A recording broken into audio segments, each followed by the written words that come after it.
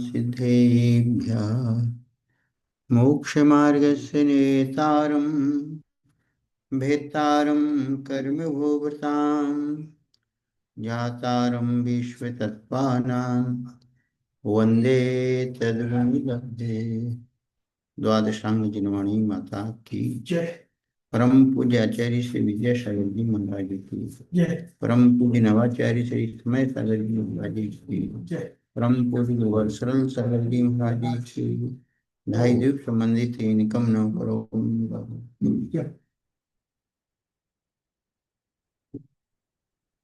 हाँ, अनुज भैया इंदौर से।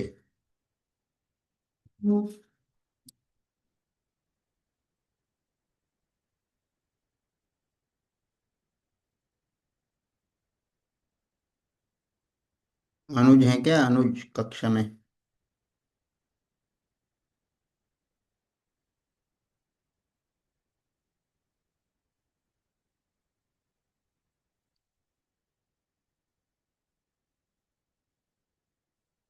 लो, राहुल जी शिवपुरी।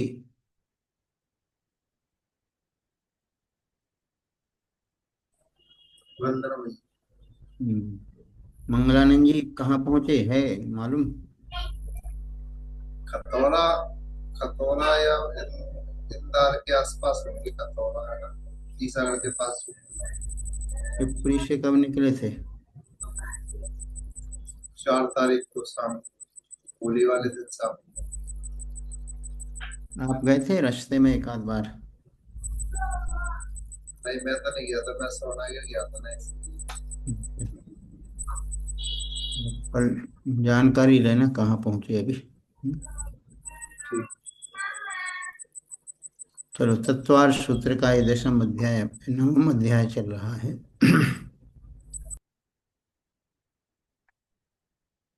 चलो, आज हम तत्वार सूत्र प्रारंभ करें। उसके पूर्व आज अष्टमी है। आज शीतलनाथ भगवान का एक कल्याणक है। शीतलनाथ भगवान का स्तवन स्वयंभू स्तोत्र के माध्यम से कौन करना चाहेगा? शीतलनाथ भगवान की स्तुति स्वयंभू स्तोत्र के माध्यम से। भैया जी मैं करूँ? चलो करो, रागिनी जी करो आप। शीतलनाथ भगवान की जय। न शीतलाश्चंदन चंद्रश्मयो न गांगिमम्बरो न च हारियश्चयः यथा मुनिस्ते न वाक्यरश्मयः क्षमाम्बुगर्भा शिशिरावितर्किता सुखाभिलाषानन्दफलम् पुनिजं ज्ञानमयामृताम् विसदाय मोहितं यथा विषग्मन्त्रिगुणैः स्वविग्रहं स्वजीविते कामि सुखे च तृष्णया दिवा श्रीमाता निशिचीरित्यः कमार्यनक्तं धीमत्प्रवत्वान् न जागिरीवातु विशुद्धिवर्त्मनि अपत्यवित्तोत्तरिलोकतृष्णया तपस्विनः केचन कर्म कुर्वति भवान् पुनर्जन्म जरा जिहासया प्रवृत्तिम। त्रयीर्भानुमत् समद्वज्योतिरसः क्व निवृत्ता क्व ते परे बुद्धिलवोद्धवक्षतः तथा स्वनिस्तेयसि भाविना परैर्बुद्धः प्रविवेकैर्जनशीतलीर्यसि शीतलनाथ भगवान की जय। भैया जी आज आपका वीडियो आया था हमारे आर उनके ग्रुप पे, छोटा सा सास दिखा रहे थे आप। अच्छा, वो ये भोपाल में प्रदर्शनी लगी थी, उसका लोगों ने डाला होगा। जी अभी भोपाल में आयोजन हुआ था अष्टांगिका में, जी। उसी का वायरल हो रहा है सब में, भोपाल का। भैया जी न्यूज चैनल भी चला रहा है ये हम्म। अपने इनका राजेश जैन का, ये भी चला रहा है। और हम्म। श्रद्धा का भी दिखाया था, भोपाल का जैन गजट वाले दिखा रहे थे। अच्छा, और जैन नगर। हाँ, और ये अपना प्रोग्राम का भी कल वो परसों हाँ से हाँ। जो विधान है उसका भी आ रहा है, आई है न्यूज। और कल आदिनाथ भगवान की जयंती परसों वो भी आया है। कल है आदिनाथ जयंती। जी कल कल। यहाँ, कल के हाँ यहाँ कार्यक्रम भी है। आप आइए यहाँ कार्यक्रम में। अब भी तो भैया जी हमने बोला तो बोलते अभी बच्चों के एग्जाम चल रहे हैं, अभी जा कौन रहा है। आप भी यही हो अभी। बोले यहाँ हम्म। भी तो कार्यक्रम चल रहे हैं। आप कहाँ, कटनी में हैं अभी? नहीं भैया जी, ललितपुर आए ना हम। ललितपुर हैं अभी आप, हाँ, ठीक। और अभी पहली बार आए हैं रुकने के लिए। वो कह रहे हम्म। कि अभी तो एक महीना अपना मत दो। हम्म। चलो ठीक है, बहुत बढ़िया।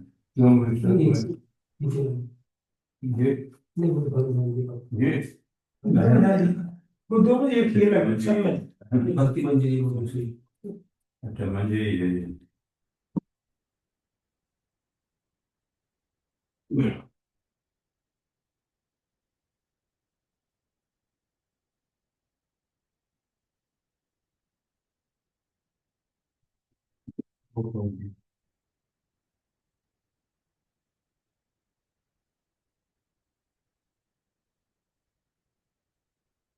चलो आज अपना जो विषय चलेगा,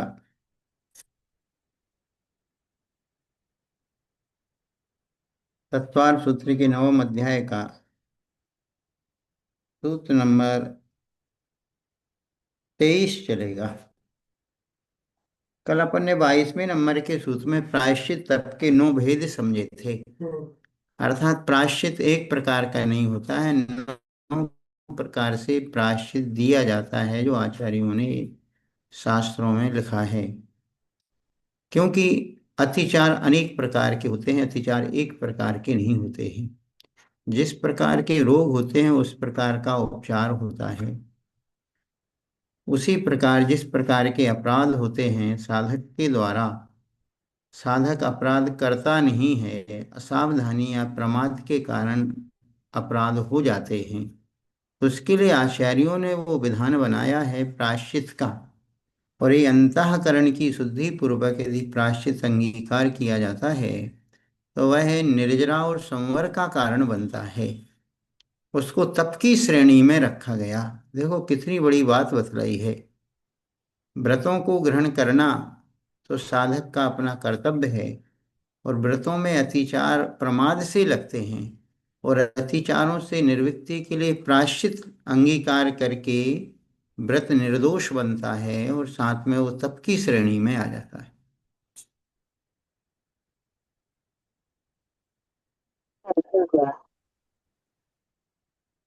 आज 23 नंबर का सूत्र है कि अब विनय तप के 4 भेद बतलाते हैं। क्योंकि अंतरंग तप के अंतर्गत 6 प्रकार के अंतरंग तप थे। उसमें सबसे पहले प्रायश्चित था और दूसरा है विनय। देखो यदि आपने किसी के सामने जाकर के विनय पूर्वक हाथ जोड़े, माथा टेका, नमन किया, तो आप जिसको नमन कर रहे हैं वो पूज्य पुरुष को आपके नमन से कोई अंतर नहीं पड़ता है। अंतर पड़ेगा क्या? यदि आप किसी के पास गए, उसको नमस्कार नहीं करते और ऐसे ही बैठ जाते, तो उनके लिए कोई अंतर नहीं पड़ना। कोई मुनि राज हो, आचार्य हो, उपाध्याय हो, अरिहंत हो, सिद्ध हो, पंच परमेष्टि हैं, आपने उनकी विनय नहीं की तो उनकी गुणों में कोई अंतर नहीं आएगा कि उनके गुण कम हो जाएं। लेकिन यदि आपने विनय पूर्वक उनको नमन आदि किया है तो आपके गुणों में वृद्धि होगी, आपका उत्कर्ष होगा, आप ऊंचे उठेंगे।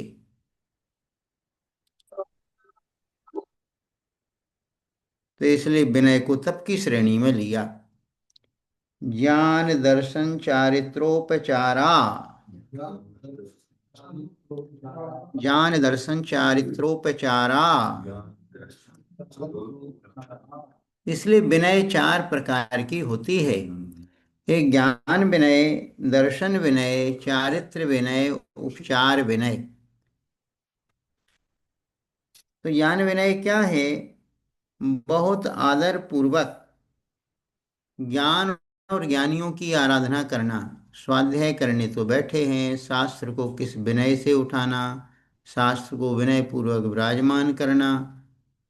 सामान्य पुस्तकों की तरह नहीं कि हाथ में दबाया और चलते बने, पैर में जूते हैं, अथवा वस्त्रों की शुद्धि आदि भी नहीं है, तो कहते वो विनय नहीं कहलाएगी। तो इसलिए बहुत आदर के साथ ज्ञान का ग्रहण करना और ज्ञान का अभ्यास करना और ज्ञान के साधन दो हैं। एक तो वो गुरुजन हैं अथवा वो द्रव्य स्रोत के रूप में शास्त्र हैं। इन दोनों की पूरी विनय होना चाहिए। एक ज्ञान विनय कहलाता है। क्योंकि ज्ञान विनय तथा सम्यक ज्ञान के 8 अंग बतलाए हैं। जिस प्रकार सम्यक दर्शन के 8 अंग होते हैं, उसी प्रकार सम्यक ज्ञान के भी अष्टांग होते हैं। सम्यक ज्ञान के 8 अंग कौन कौन से होते हैं? कौन बताएगा कक्षा में से? सम्यक ज्ञान के 8 अंग पहले भी हम अनेकों बार बता चुके हैं। चलो, पद्मा जी भंडारी बताएंगी क्या?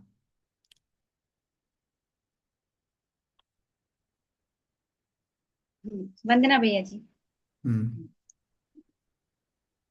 भैया जी याद तो नहीं है अभी। चलो, एक सबसे पहला है शब्दाचार। दूसरा है अर्थाचार, शब्दों का शुद्ध उच्चारण करना। जो भी द्रव्य श्रुत के रूप में हम शब्द पढ़ते हैं, स्वर और व्यंजनों के योग से शब्द बनते हैं, उनका शुद्ध उच्चारण करना ये शब्दाचार कहलाता है। अर्थाचार वो कहलाता है जो हम पढ़ रहे हैं उसका अर्थ, उसकी मीनिंग भी आना चाहिए, तभी हमारे भाव बनेंगे। जब तक हमें उसका अर्थ नहीं आएगा तो हमें उसकी भाव भासना नहीं होती है। इसलिए अर्थाचार भी। फिर तीसरा है उभयाचार। उभया ने दोनों चीजें, शब्दाचार भी होना चाहिए, अर्थाचार भी होना चाहिए। क्योंकि कुछ जीव ऐसे सिर्फ शब्द का उच्चारण सही कर लेते हैं लेकिन अर्थ नहीं समझते हैं। कुछ जीव हैं अर्थ तो समझते हैं, शुद्ध उच्चारण उनका होता नहीं है। इसलिए दोनों को अलग अलग रखा। और तीसरे नंबर पर उभयाचार रखा कि दोनों का पालन होगा तब आपका सम्यक ज्ञान श्रेष्ठ कहलाएगा। और फिर चौथे नंबर पर रखा कालाचार, अर्थात स्वाध्याय का जो काल है, स्वाध्याय के समय पर स्वाध्याय करना, सामायिक आदि के समय पर सामायिक करना। हर चीज का एक समय निर्धारित है, तो वो कालाचार कहलाता है। विनयाचार वो कहलाता है बहुत विनय के साथ ज्ञान की आराधना करना, विनयाचार है। उपधानाचार वो कहलाता है कि कोई शास्त्र आपने प्रारंभ किया पढ़ना, तो आप कुछ नियम संयम ग्रहण करके कि जब तक मेरा ये शास्त्र पूर्ण नहीं हो जाएगा मैं इस संकल्प का पालन करूंगा। कुछ त्याग के रूप में भी हो सकता है अथवा कुछ ग्रहण के रूप में भी हो सकता है, तो ये कहलाता है उपधानाचार। एक बहुमानाचार कहलाता है, पूजा सत्कार आदि के द्वारा पठन आदि करना, ये बहुमान आचार है। जिनसे हम ग्रंथ पढ़ते हैं, जिनके मुख से सुनते हैं, उनको बड़े आदर सत्कार के साथ उनको बहुमान देना, ये बहुमानाचार है। अनिन्नवाचार है कि जिस गुरु से पढ़ा है, जिससे भी सीखा है, उसका कभी नाम नहीं छिपाना, बड़े गौरव के साथ कहना कि हमने उनसे ज्ञान अर्जन किया है। इस प्रकार ये आपके सम्यक ज्ञान के 8 अंग हैं। समझ में आए सभी को? इन 8 अंगों का पालन भी हमें करना चाहिए। वंदना भैया जी, लास्ट वाले का नाम क्या बताया? लास्ट वाला अनिन्नवाचार। अहिन्वाचार। हम्म। ठीक है भैया जी। वंदना। अनिन्यहाचार, अनिन्य आचार अर्थात नाम नहीं छुपाना। भैया जी एक बार पूरे बोल दें। चलो, सबसे पहले है शब्दाचार। उसको व्यंजनाचार भी बोला जाता है। शब्दाचार तो दूसरा है अर्थाचार। तीसरा है उभयाचार।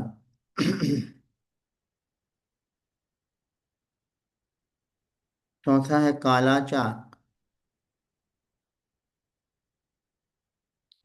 पांचवा है विनयाचार।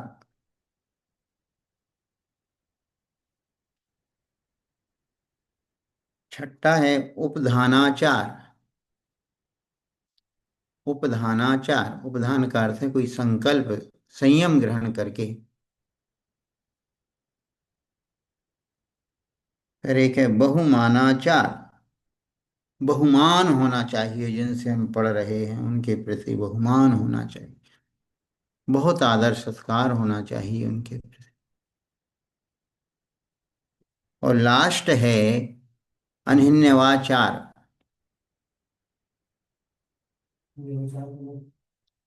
नाम नहीं छिपाना। भैया जी, ये सम्यक ज्ञान के 8 अंग है, तो फिर वो निसंकित निकांक्षित वो काहे के थे? वो सम्यक दर्शन के 8 अंग थे। जी भैया जी। निस्संकित निष्कांक्षित, उससे हमारी श्रद्धा समीचीन बनती है। श्रद्धा में क्योंकि शंका जब तक रहेगी, आपकी श्रद्धा में दृढ़ता नहीं आएगी। आप कोई आकांक्षा रखते हो तो भी श्रद्धा में दृढ़ता नहीं आएगी। आपके अंदर गिलानी भरी हुई है तो आप कैसे श्रद्धा कर पाएंगे। और भैया ये जी, जो आठ दूसरा अंग हैं वो तीसरा नहीं लिख पाया हमने। दूसरा तीसरा चौथा कहाँ हम से काफी लिखाएंगे। उठाई। आप कहाँ काफी से। उठाई जब तक, काफी उठाई जब तक आपने बोली थी। अरे हमें क्या पता था। शब्दाचार तो किया। हमें पता नहीं था कि आप काफी उठावे जा रही हैं। आप कहाँ ललितपुर में उठा रही हैं कि कहाँ जोधपुर में।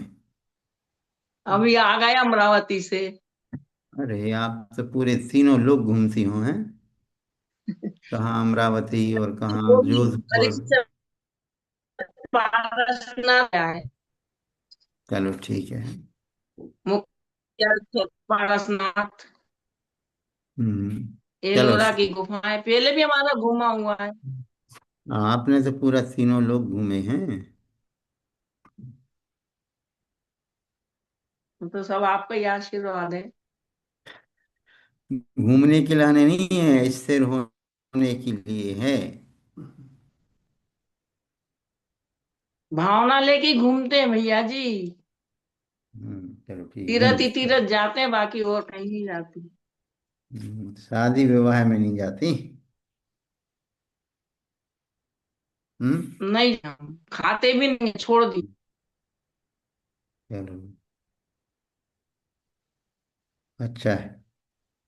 देखिए यहाँ पर अपन विनय के 4 भेद पढ़ रहे थे, ज्ञान विनय। तो ज्ञान विनय के अंतर्गत हमने सम्यक ज्ञान के 8 अंग बतला दिए हैं। ऐसे कोई नहीं लिख पा रहा है तो सरस्वती पूजन नहीं, रत्नत्रय की जो पूजन है उसमें सम्यक ज्ञान की जो पूजन करते हैं आप, 10 लक्षण के बाद रत्नत्रय की आराधना करते हैं। तो उस रत्नत्रय की आराधना में सम्यक ज्ञान की पूजन में 8वां अंग आए हैं, उसकी जयमाला में, तो उसमें भी आप देख सकते हो।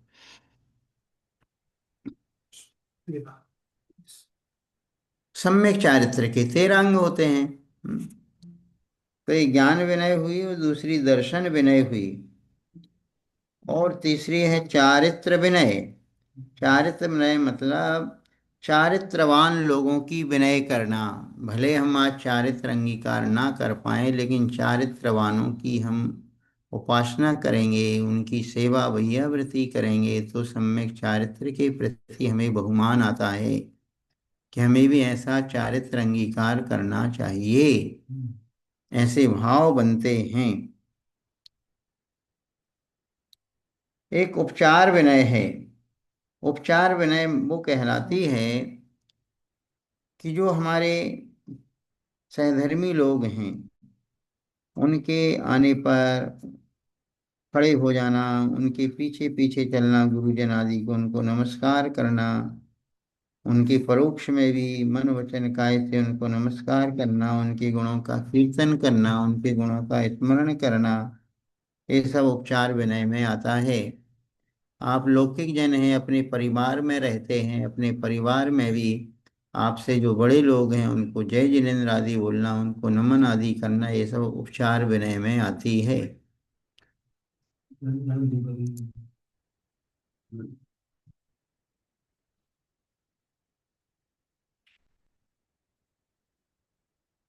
हम भैयाव्रत के भेद बतला रहे हैं। भैयाव्रत 10 प्रकार की भैयाव्रती बतलाई थी। मतलब भैयाव्रती के पात्र 10 प्रकार के मुनिराज होते हैं। उनकी वैयावृत्ति करना भी ये तप है। सूत्र नंबर 24 है।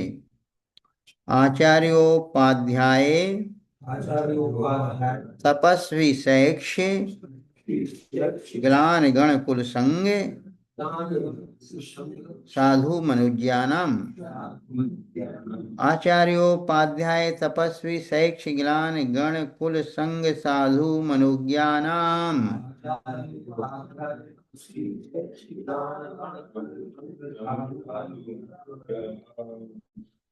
देखो, आचार्य की सेवा करना, आचार्य की वैयावृत्ति करना, ये वैयाव्रत का एक भेद है। जो संघ के नायक होते हैं, संघ के संचालक होते हैं, शिक्षा दीक्षा आदि देते हैं, वो आचार्य परमेष्ठी कहलाते हैं। उन आचार्य जो पंचाचार का स्वयं आचरण करते हैं, अपने शिष्यों से आचरण करवाते हैं, वो आचार्य परमेष्ठी कहलाते हैं। उनकी वैयावृत्ति करना एक भेद हो गया। दूसरा, उपाध्याय जो संगस्थ साधुओं के लिए ज्ञानाराधना करवाते रहते हैं, वो 11 अंग 14 पूर्वों के पाठी, ऐसे उपाध्याय परमेष्ठी कहलाते हैं। उनकी वैयावृत्ति करना ये दूसरा भेद हुआ। तीसरा, तपस्वी तपस्चरण जो लगे रहते हैं साधुजन, जो बड़े बड़े दुर्धर तप तपते हैं, मासोपवासी होते हैं, पक्षोपवासी होते हैं, 15 दिन के, एक एक महीने के जो उपवास करते हैं, रसों का त्याग करते हैं, नीरस आहार आदि ग्रहण करते हैं, ये सब क्या कहलाते हैं? तपस्वी मुनिराज कहलाते हैं। उनकी वैयावृत्ति करना ये तीसरा भेद हुआ। शैक्ष शैक्ष वो कहलाता है, शिक्षाशील शैक्ष कहलाते हैं, शिक्षा लेने वाले साधु। अभी जो ज्ञानार्जन में लगे हैं, विशेष न्याय व्याकरण आदि की शिक्षा का अर्जन कर रहे हैं, देखिए सब पात्र अलग अलग हैं, तो उनकी वैयावृत्ति भी अलग अलग प्रकार से होती है। वैयावृत्ति का अर्थ होता है सेवा शुश्रूषा। सबको एक जैसी वैयावृत्ति नहीं, सबकी अलग अलग प्रकार से वैयावृत्ति होती है, जिसको जो जैसी आवश्यक। कोई शैक्ष हैं, कोई साधु अभी शिक्षा ग्रहण करने में लगे हुए हैं, तो उनकी वैयावृत्ति अलग प्रकार की होगी कि उनकी शिक्षा ज्ञानार्जन में वो आपकी वैयावृत्ति सहयोगी बने। तो वैयावृत्ति का अर्थ सिर्फ हाथ पैर दबाना ही नहीं, उनकी रत्नत्रय की आराधना में सहभागी बनना। आप कोई शिक्षा ग्रहण करने वाले कोई मुनिराज हैं, उनके लिए आहार के माध्यम से जो वैयावृत्ति की जाती है, तो उनके लिए अलग प्रकार का आहार दिया जाता है, जो उनकी शिक्षा की वृद्धि में सहभागी बनता है। कोई वृद्ध तपस्वी हैं, काफी उम्र हो चुकी है, तो उनके लिए अलग प्रकार की वैयावृत्ति होगी, उनकी सेवा अलग होगी। कोई युवा मुनिराज हैं, लंबा विहार करके आए हैं, उनके लिए अलग प्रकार की वैयावृत्ति होगी। तो जो श्रावक होता है बड़ा विवेकवान होता है, उसको कैसे वैयावृत्ति करना चाहिए इस बात का पूरा ध्यान रखता है। सेक्स के बाद है ग्लान, रोग आदि से क्लांत शरीर वाला ग्लान श्रवण कहलाता है। जिनके शरीर में रोग हैं, व्याधियां हैं, थक चुके हैं बिल्कुल रोगों से, तो ऐसे मुनिराजों की सेवा करना वैयावृत्ति के अंतर्गत ग्लान आएगा। गण, स्थवरों की संतति को गण कहते हैं, अथवा वृद्ध साधुओं के अनुसार चलने वाले साधु गण अर्थात समूह है। एक ही आचार्य की परंपरा में अनेक साधु होते हैं, वो सबके सब गण के अंतर्गत आते हैं। कुल, दीक्षाचार्य के शिष्य समुदाय को कुल कहते हैं। एक ही आचार्य के द्वारा दीक्षित जितने शिष्य हैं वो एक कुल के कहलाएंगे। मान लो जैसे आचार्य विद्यासागर जी महाराज की परंपरा, उस परंपरा के अंतर्गत निर्यापक श्रवण, उन लोगों ने जो दीक्षाएं दी, तो वो सब शिष्य एक कुल के कहलाएंगे। संघ वो कहलाते ऋषि यति मुनि अनगार, इन 4 प्रकार के मुनियों के समूह को संघ बोला जाता है। चतुर्वेद संघ यही कहलाता है, मुनियों का ऋषि यति मुनि अनगार, वो भी चतुर्वेद संघ कहलाता है, मुनि आर्य श्रावक साबिका। लेकिन इस श्रवणों के अंतर्गत इनका एक संघ है ऋषि यति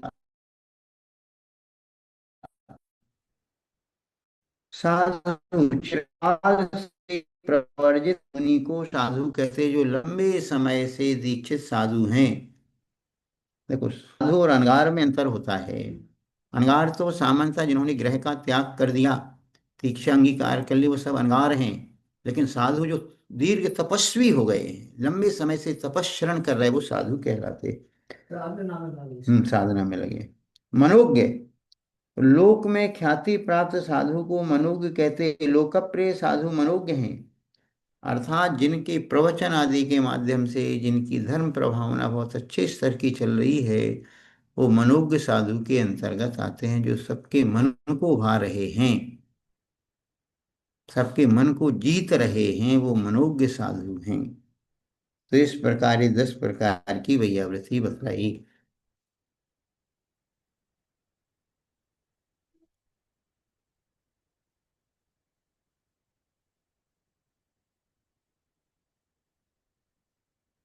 अब देखो, वैयावृत्ति करने से लाभ क्या होता है, इसके बारे में भी थोड़ा समझो। लोग ये समझते हैं कि हम वैयावृत्ति करेंगे तो सिर्फ मुनिराज को ही लाभ होता होगा, हमें थोड़ी कुछ लाभ होना है। हमारा तो समय बर्बाद होता है, उसने समय में हम बहुत कुछ काम कर लेंगे। किसी मुनिराज के साथ आपने विहार किया, उनका कमंडलू पकड़ करके आप साथ चले, तो आप ही समझे यार हमारे 5 घंटे 4 घंटे खराब हो गए, इतने में हमारा इतना बिजनेस चल जाता। 4-5 घंटे आपके खराब नहीं हुए हैं, 4-5 घंटे आपने एक मुनि राज के साथ रह कर के उनकी रत्नत्रय की आराधना में आपने सहभागिता अर्जित की है, पुण्य का आर्जव संचय किया है। वो संस्कार आपके अंदर आए हैं कि आपको मुनि परंपरा पर आरूढ़ होने के लिए सीढ़ियां तैयार हुई हैं। चलने को तो कई लोग चल रहे हैं साथ में बिहार, तुम नहीं जाओगे तो उनका बिहार रुकेगा नहीं, और वो तो अकेले भी चले जाएंगे, और अकेले चले जाते हैं, वो किसी से कहते नहीं कि भाई हमारे साथ चलना। अच्छा सीधा कितने लोग चलते हैं? अच्छा स्त्री बुला रहे हैं किसी को बुलाना भी पड़ता है। और कई बार बुलाते बुलाते भी लोग नहीं आते। हाँ, बुलाने वाले आते ही नहीं। हाँ, नहीं बुलाते आते। ही नहीं।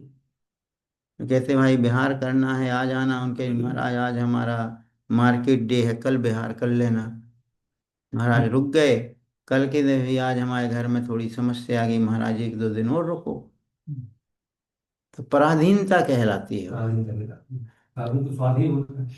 अभी महाराज जी यहाँ पर थे, अपने सरल सागर महाराज जी, वो इतने स्वाधीन और इतने स्वाभिमान हैं, अभी कोठारी में है। जिस दिन उनको यहाँ से जाना था, मतलब हम उनके पास बैठे 1:30 बजे, महाराज ने कोई इशारा इशारा नहीं किया, हम आके यहाँ पर स्वाध्याय में बैठ गए। बस थोड़ी देर बाद मालूम पड़ा 2 महिलाएं आई बीना से दर्शन करने। तो उन्होंने दर्शन किए और महाराज जी ने अपना कमंडल उठाया और बस चल दिए। और महाराज जी इधर तक आ गए, यहीं गेट तक। फिर उन महिलाओं ने कहा भैया जी शायद महाराज जी कमंडल लिए जा रहे कहीं। हम दौड़े फिर, अब आप भी तो थे शायद उस दिन। और उस दिन कितनी शीतलहर सी चल रही थी, शीतलहर सी भी चल रही थी। दूल्हे वाले की बात। हाँ, और उस दिन चतुर्दशी थी शायद, हाँ चतुर्दशी थी। 3 बजे महाराज निकले। तो बस थोड़ी दूर के बाद कहने लगे, हमारा उपवास था। महाराज कहने लगे तुम वापस हो जाओ, तुम्हारा उपवास। हम नहीं नहीं महाराज जी चलेंगे, छोटी बजरिया तक गए।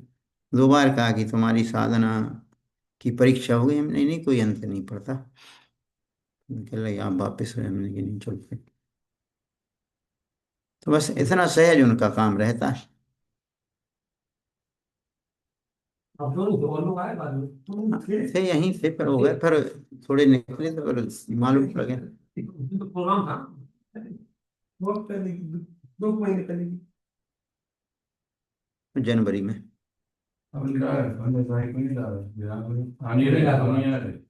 महाराज जी तो रेत हैं तो कार्यक्रम में सम्मिलित नहीं हुए, फिर अलग से का बिहार।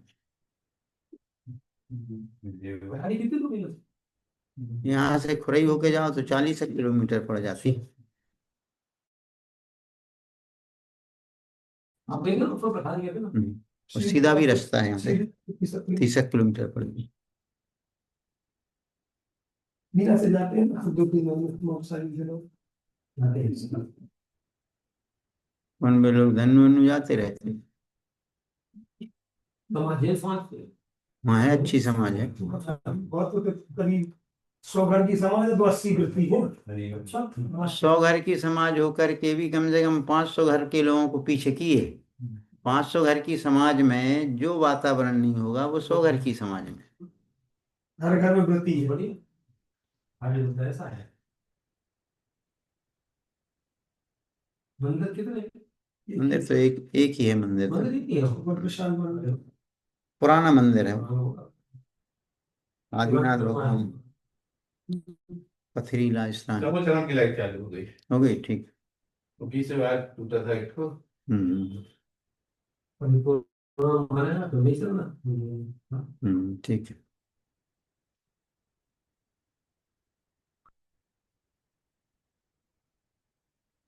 तो इस प्रकार आपको क्या बात बतला रहे थे अभी हम, भैया व्रत के गुण क्या हैं। सबसे पहले गुण ग्रहण का परिणाम। दूसरा, श्रद्धा हमारी ओर बलवती होती है, मजबूत होती है। वात्सल्य की वृद्धि होती है। उनके प्रति भक्ति हमारी उमड़ती है, जिनकी हम भैया व्रती कर रहे हैं। सम्यक्तवादी की प्राप्ति में वो भैया व्रती निमित्त बनती है। तीर्थ की अभिच्युति मतलब तीर्थ का विच्छेद नहीं होता है, क्योंकि जिस मार्ग पर लोग चल रहे हैं यदि उनकी भैया व्रती सेवा नहीं होगी तो धीरे धीरे उस मार्ग का ही अवरुद्ध हो जाएगा।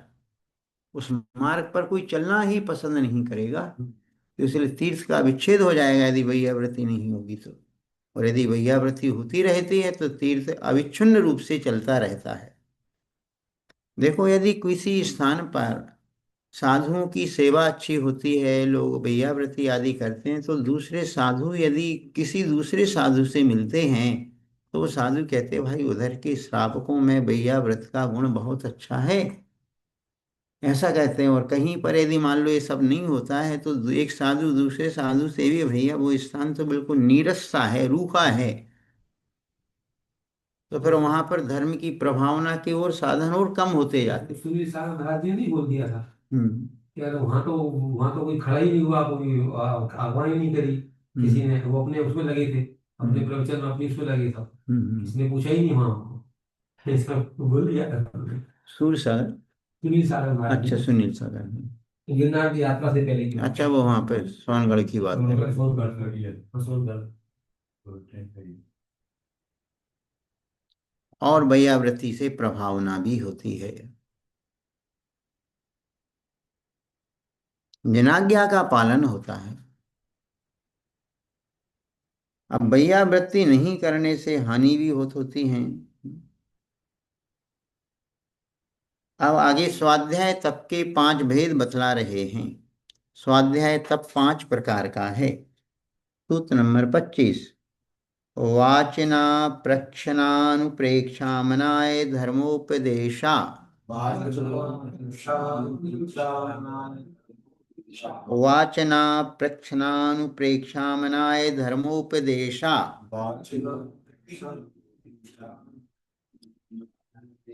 सबसे पहला है वाचना, दूसरा है प्रच्छना, तीसरा है अनुप्रेक्षा, चौथा है आमनाय और पांचवा है धर्मोपदेश। ये स्वाध्याय 5 प्रकार का होता है। सिर्फ शास्त्रों को खोल करके पढ़ना ही स्वाध्याय नहीं है। किसी से आपने बड़े विनय पूर्वक जिज्ञासा अपनी रखी, कोई प्रश्न पूछा, ये भी स्वाध्याय है। किसी ने प्रश्न का समाधान कर दिया, वो भी उनका एक स्वाध्याय है। तो सबसे पहला है वाचना। वाचना में तो निर्दोष रीति से शास्त्रों की सिर्फ वाचना की जाती, पढ़ा जाता है, वो वाचना कहलाती। वंदना दूसरा, भैया जी। हाँ। भैया जी ये श्लोक एक और बार पढ़ा दीजिए। अच्छा, एक बार और पढ़ा दे रहे हैं, चलो ठीक है। वाचना प्रच्छनानुप्रेक्षामनाय, प्रच्छनानुप्रेक्षामनाय धर्मोपदेशा। चलो आप पढ़ के बताओ। वंदना भैया जी। वाचना प्रच्छनानुप्रेक्षामनाय धर्मोपदेशा। बहुत बढ़िया।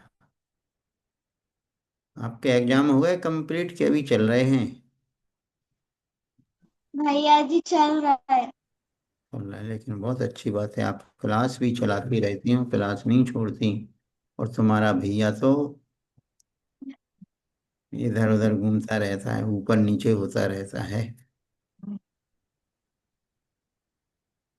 कहाँ है, ऊपर गया है? भैया जी वो पढ़ रहा। पढ़ रहा है, अच्छा। इतना ज्यादा पढ़ता है? उसके लिए एग्जाम चल रहे भैया जी, 9th क्लास से तो पढ़ता रहता है। चलो ठीक है। इतने बस टाइम तो पढ़ता है। एग्जाम के बाद सीधा जोड़ना है क्लास से। जी भैया जी। अभी ये बच्चे छोटे हैं, पढ़ लेते हैं, सीख लेते हैं, वो बड़े होने के बाद तो फिर वो सुनेंगे नहीं किसी की।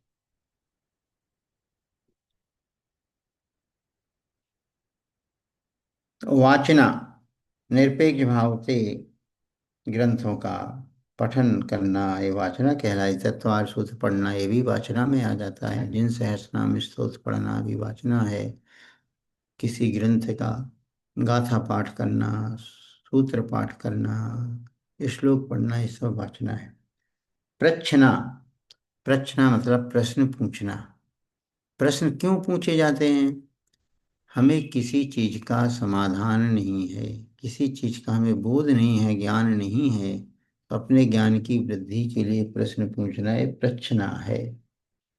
किसी की परीक्षा लेने के लिए, किसी की ज्ञान की गहराई को मापने के लिए प्रश्न नहीं पूछे जाते हैं।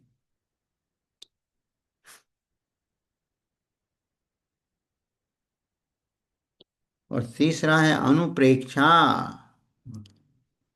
अनुप्रेक्षा का मतलब है बार बार मन से उसका अभ्यास करना, मतलब रोकना, बार बार चिंतन करना। मुहुर मुहुर चिंतनम अनुप्रेक्षा। आमनाय, उच्चारण की शुद्धि पूर्वक पाठ को पुनः पुनः दोहराना, ये आमनाय स्वाध्याय में आता है। आपके लिए मान लीजिए समय सार की गाथाएं याद करना है, और आप बार बार उसी को घूक घूक रहे हैं, पढ़ रहे हैं। वंदितु सव्य सिद्धे दो मचल मणो वमम गयम पत्ते वो छामी समय पाहुड़ मिडमो सुहिके बिली वड़िदम। तो ये आमनाय के अंतर्गत आएगा। फिर धर्मोपदेश, धर्म का उपदेश देना, ये भी स्वाध्याय का ही एक अंग है। उपदेश सुनना भी हो। उपदेश सुनना भी, उपदेश देना भी, ये भी क्या है, स्वाध्याय है। इस प्रकार स्वाध्याय तक के 5 भेद हुए। वाचना, प्रच्छना, अनुप्रेक्षा, आमनाय, धर्मोपदेश।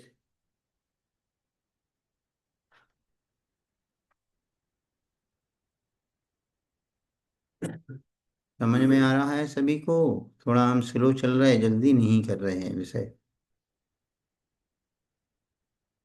हाँ, सोनम जी ललितपुर।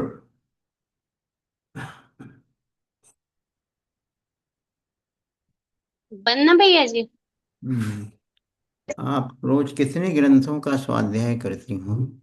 भैया जी वो स्तोत्र वगैरह पढ़ते, इष्टोपदेश, द्रव संग्रह, कल्याण मंदिर मंदिर स्तोत्र, एक ही भाव, विशाखार हार स्तोत्र और शांति भाग। भैया जी बहुत सारे हैं, 40-50। हाँ, वही तो, हम इसलिए तो आपका नाम इसलिए हमने रखा, क्योंकि आपने पहले भी बताया था कि हम सहस्त्र नाम। स्कूल में पढ़ते रहते हैं, आते जाते हैं पढ़ते, ये तो आपका आमना है स्वाध्याय चलता रहता है। तो हम इसलिए बतला रहे हैं कि वो बहन रुचि है जो अभी जोधपुर में है, वो भी अपने साथ एक धर्म की पुस्तक रखती है, बैंक में मैनेजर है।